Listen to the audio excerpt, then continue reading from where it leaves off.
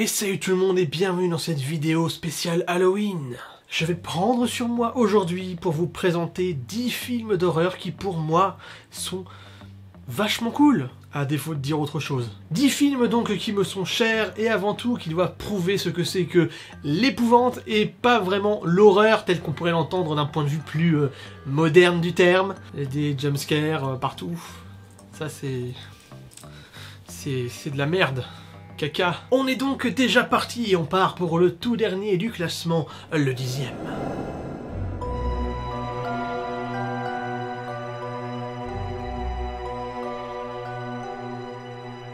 Ah, Dark Floors. Et pourquoi Dark Floors? Vous vous posez sans doute la question. Vous vous dites certainement que c'est parce que le film a été fait en étroite collaboration avec le groupe Lordi, groupe somme toute hard rock heavy metal qui a gagné en 2006 le Q de l'Eurovision. Ils ont d'ailleurs même tellement gagné que la Grèce a porté plainte contre l'Eurovision parce que vu que tu vois comme ils sont un petit peu déguisés comme des monstres, tu vois, ils ont dit c'est chétan ça. C'est haram. Et bien donc oui, mon approche du film s'est faite justement par ce biais, parce que justement, c'était Lordi. Je me suis dit, ah bah tiens, écoute, ils ont fait un film d'horreur avec leurs déguisements qui sont quand même, somme toute, assez cool et bien faits. Ça a toujours été plutôt convaincant et moi j'aime bien les films d'horreur, alors je me suis dit, ni une ni deux, Régis Magnéto, on se l'enfile. Le film, hein, pas Magnéto, ni Régis. Le film vous plonge dans une journée assez atypique où un papa qui aime sa gamine atteinte de troubles psychologiques relativement assez lourds va tout faire pour la sauver alors que l'hôpital dans lequel elle subit des soins commence à devenir un peu chelou quoi. Ouais.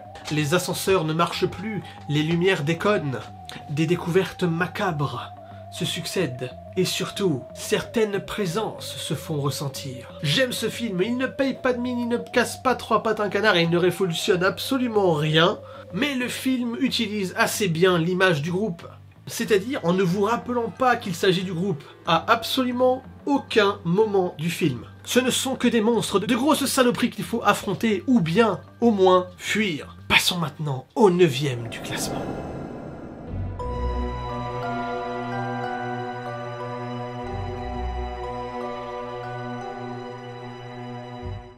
Encore un film avec un enfant traumatisé, je crois que ça va devenir récurrent. La pédophilie du présentateur est à présent avérée.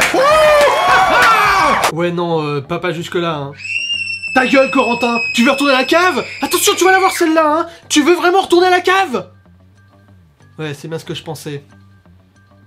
Les gosses. Ne t'endors pas, c'est l'histoire d'une famille qui, souhaitant se reconstruire après la disparition de leur fils, adopte un enfant pour exorciser leur malheur et témoigner de l'amour qu'ils ne pourront jamais donner à leur fils, à un orphelin en ayant grandement besoin. L'enfant est beau, l'enfant est doux, et non, il ne s'appelle pas Damien et il n'a pas marqué 666 sur la tête. Non, mais c'est un enfant perturbé. Et on apprend peu à peu qu'il fait tout pour ne jamais sombrer dans le sommeil. Car ce qui se produit dans ses rêves a la fâcheuse tendance à se réaliser.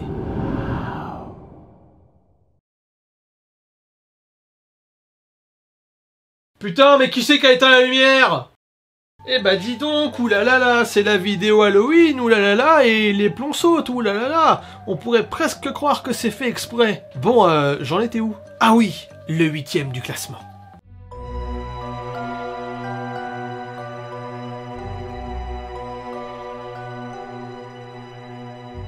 Est-ce que vous aimez les histoires de maisons hantées?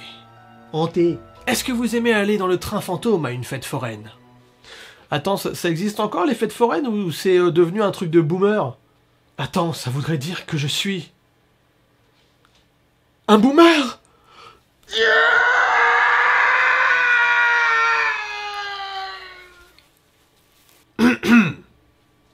Donc, est-ce que vous aimez les maisons hantées? Est-ce que ça vous dirait que je vous emmène dans un vaisseau spatial hanté? Je pense que c'est le moment de vous dire que mon jeu vidéo préféré, c'est Dead Space. Sa mécanique de vaisseau infesté, son horreur viscérale et gore savamment dosée. Bref, mon dieu, qu'est-ce que j'aurais aimé que Carpenter en fasse un film ou une série, comme il avait dit qu'il aimerait le faire.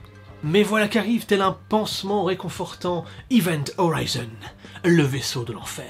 pour combler mes désirs de frousse métaphysique, enfermé dans les couloirs étriqués où la terreur et la mort peuvent s'abattre sur vous à chaque tournant. Event Horizon, c'est l'histoire du professeur Grant, en fait, qui après avoir botté le cul des dinosaures, s'en vient tâcher de comprendre ce qu'il est advenu de l'Event Horizon. Vaisseau révolutionnaire envoyé aux confins du système solaire pour expérimenter le voyage à une vitesse supraluminique qu'il avait contribué à construire, mais qui avait disparu au-delà de Neptune durant des années, avant de soudainement et mystérieusement réapparaître en orbite de la planète. Le vaisseau est intact, mais toutes les lumières sont éteintes. Rien n'empêche l'équipe chargée de récupérer l'épave de monter à bord pour découvrir ce qu'il est advenu de ce mystérieux vaisseau. Mais ils vont vite réaliser, subissant vision d'horreur après vision d'horreur, et se trouvant en proie à l'impression terrible d'être surveillés, qu'ils viennent de faire leur plus grave erreur.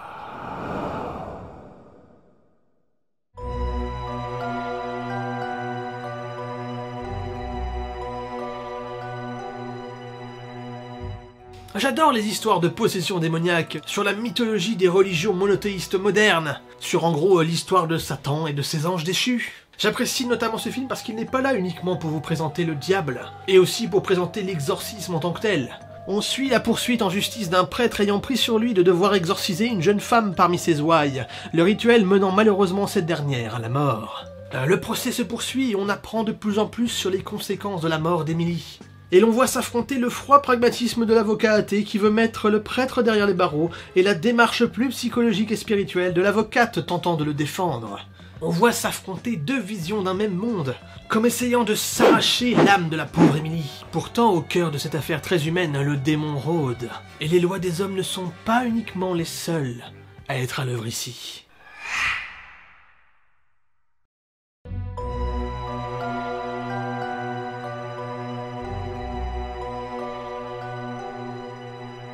Bon allez, on va encore parler d'enfants, youpi. Est-ce que vous avez une mère poule? Si la réponse est oui, ne la laissez jamais regarder ce film, car elle pourrait tout tenter pour vous garder entre ses griffes, même par-delà la mort. Mama, c'est l'histoire de deux jeunes filles qui, après avoir été retrouvées crasseuses et totalement désocialisées dans une bicoque abandonnée dans la forêt par deux chasseurs, vont devoir s'adapter à une vie plus normale en étant recueillies par un couple quelque peu dysfonctionnel, mais ayant à cœur de leur prouver leur attachement et leur capacité à être de bons parents. Les deux jeunes filles sont dures à comprendre, dures tout court, et les élever n'est pas une mince affaire. Surtout lorsque l'on apprend qu'en réalité, elles ne sont pas les seules à être revenues de la forêt.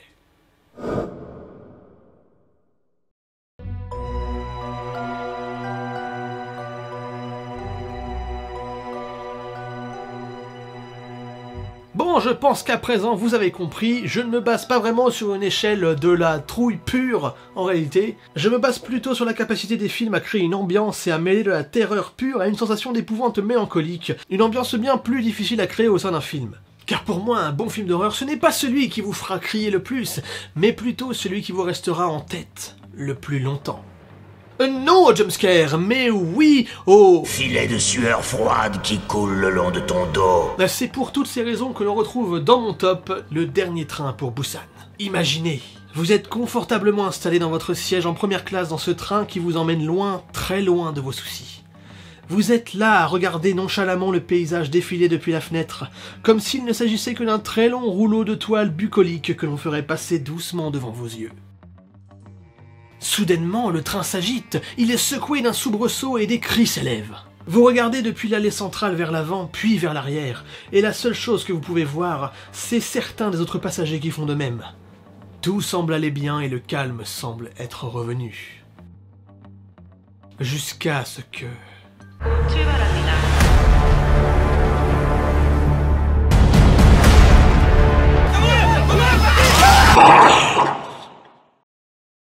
Allez, encore une histoire avec un enfant, je pense que ça mérite un pouce bleu. Puis un petit commentaire en bas pour me dire c'est quoi ton top 10 à toi, pour qu'on découvre tous ensemble d'autres films d'horreur super cool. Et un petit partage pour faire se répandre le frisson. Et allez, pourquoi pas un petit abonnement, ça m'aiderait énormément et pourquoi pas m'encouragerait sans doute à faire d'autres vidéos de ce genre. Dernier train pour Busan donc raconte comment un père déconnecté totalement de sa fille va tout faire pour la sauver malgré l'arrivée impromptue d'une invasion de zombies. Et attention, des zombies qui courent, sinon c'est pas marrant. Le film est pratiquement un huis clos du début à la fin, tous les passagers sont piégés dans le train et tentent de survivre à la propagation du virus dans les wagons. Malheureusement, les morts finissent par surpasser les vivants. Et la seule chose qui les protège des mâchoires claquantes des morts vivants se retrouve très souvent n'être qu'une fine plaque de verre, qui pourrait se briser à tout moment.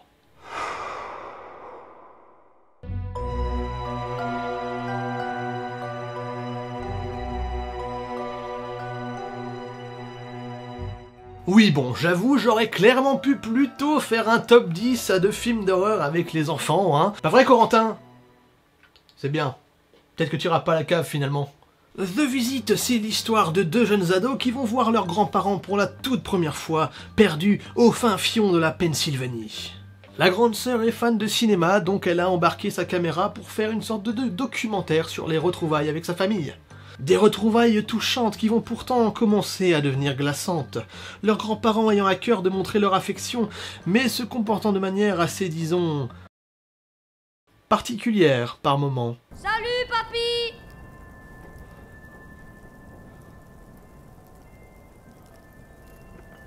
À mesure que l'étau se resserre autour des deux enfants, ils comprennent peu à peu qu'ils auront bien du mal à quitter cette maison, devenue soudainement hostile, autrement que les pieds devant.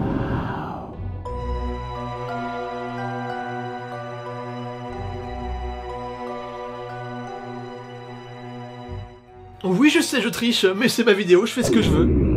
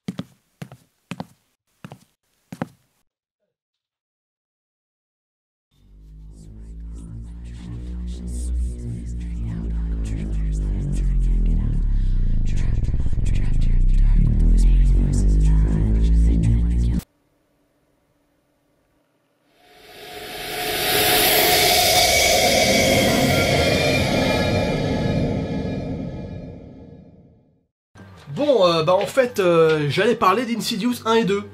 Insidious, premier du nom, a longtemps été ma némésis parmi les films d'horreur. Je l'ai vu à sa sortie au cinéma et il m'a terrorisé. Surtout cette scène, là. Vous savez très bien dans laquelle je parle. Oui, non, je vais pas la mettre, là. On va se détendre et non, je vais pas la mettre. Encore une histoire avec les enfants, vraiment, je suis impayable, surtout que celle-là, c'est quand même celle où il y a le plus de...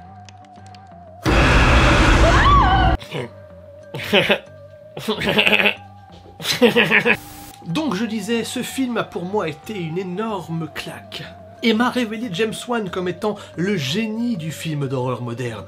Mais du bon film d'horreur moderne, hein. On s'est compris. Tout ce qu'il a fait est génial, sans jamais aucune fausse note. Insidious raconte l'histoire d'une famille éreintée ayant trouvé une nouvelle maison où s'installer, et où la mère, musicienne et compositrice, pourra enfin s'essayer à reprendre du service, car dépressive et en peine d'inspiration. Ils ont 3 enfants, 2 garçons et une petite dernière encore bébé. La maison est grande, la maison est vaste, cela ressemble à un nouveau départ prometteur. L'aîné a des rêves assez étranges la nuit, mais tout semble se passer pour le mieux. Un jour, le jeune garçon monte par curiosité au grenier, intrigué par des bruits qu'il entend. Il ne se doute pas du danger qui l'attire à lui. Il tente d'allumer la lumière dont l'interrupteur est trop haut pour lui. Il essaie de l'atteindre en grimpant à une échelle en bois, mais cette dernière se brise sous son poids et le voilà au sol, tandis que des bruits de plus en plus inquiétants l'assaillent. Il hurle jusqu'à ce que ses parents le retrouvent. L'enfant n'a rien. Plus de peur que de mal, donc. Cependant, le lendemain, l'enfant ne se réveillera pas. Et ne se réveillera plus. Tandis que partout dans la maison, des phénomènes de plus en plus étranges se produisent.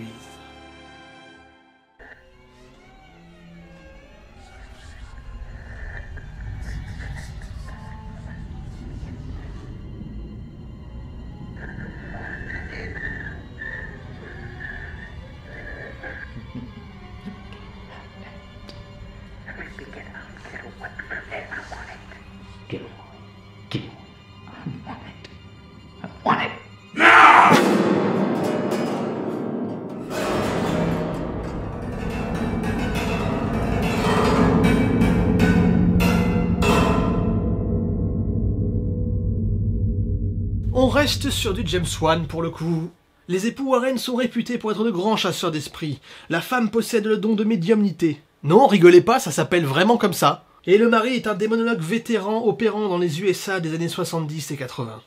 Un jour, ils sont contactés par une famille qui leur assure vivre des événements terrifiants et paranormaux nécessitant leur venue immédiate.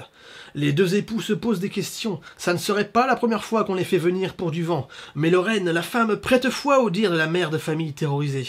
Ne s'attendant pas à grand-chose, il se laisse inviter dans la demeure familiale. Et rencontre ainsi le reste de la petite famille. Ainsi que de nombreuses autres choses qu'ils auraient préféré ne jamais rencontrer. Comme pour Insidious, les deux premiers films sont les meilleurs. Je vous recommande chaudement d'aller les voir tout de suite. Que du bon, c'est garanti. Mais nous voici arrivés maintenant au top 1 de ce top 10. Et celui-là, je vous promets, ne manquera pas de vous terrifier.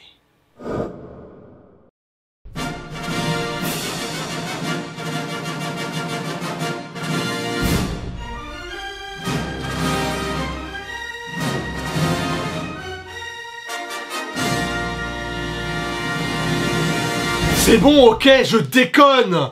Ah là là, vous avez pas d'humour, hein. Pfff. Je rigolais.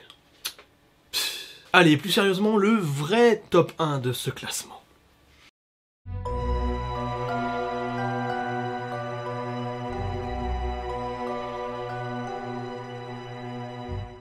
Alors voilà mon top 1. Ce film est diabolique du début jusqu'à la fin. C'est une débauche de malaise perpétuel et c'est fait avec brio tout du long. On ne sait clairement pas où veut nous mener le réal avant l'acte final, et même ce dernier est tellement ouf qu'on sait pas où ça nous mène. C'est glauque, c'est terrifiant, c'est vicieux, et non, ce coup-ci, je vous fais pas de synopsis, je ne veux absolument rien vous dévoiler dessus, avant que vous n'alliez le voir. Sachez juste que c'est un chef-d'œuvre froid, et qu'à la fin... Non, je vous laisse comme ça. J'en ai à présent terminé avec ce top 10, et je vous rappelle, ce top 10 mais purement et simplement personnel. Je sais totalement qu'il pourra varier d'une personne à l'autre, d'ailleurs, commentaire, hein, on n'oublie pas. Ma vision de l'horreur est très personnelle, et moi je mêle vraiment ça avec le côté épouvante, ce qui peut aller à l'encontre de la notion que les gens ont actuellement des films d'horreur. Là, je me base sur mon ressenti pur, et peut-être que plus tard, on fera des analyses plus poussées, plus objectives sur de vrais titres. Un seul par vidéo, ce sera sans doute mieux, voire peut-être une saga, mais bon, on verra. En tout cas, c'est pas prévu pour tout de suite, mais c'est dans les cartons. Plus que le sentiment d'horreur, moi, ce que je préfère dans un film comme celui-là, c'est une forte charge émotionnelle et une ambiance réussie de bout en bout, ce que, en général, les films d'horreur modernes foirent complètement, du début à la fin. En tout cas, voilà, je voulais vous partager ça pour Halloween. Comme d'habitude, vous connaissez la chanson, le like, le commentaire, mettez-moi donc votre top 10 de vos films horrifiques en commentaire. Ça va nous permettre à tous, en tout cas, de pouvoir élargir notre horizon de l'horreur. Le partage et surtout l'abonnement, on s'approche très doucement des 300. Est-ce que ça veut dire que je vais faire une vidéo sur le film 300 de Zack Snyder? Je sais pas, peut-être, qui sait. En tout cas, mes seules choses apparaissent sur les côtés de l'écran. On se retrouve pour une prochaine ou pour autre chose. Passez un excellent Halloween et faites-vous péter le bide à coups de bonbons et de diabète. The Dragon. Out.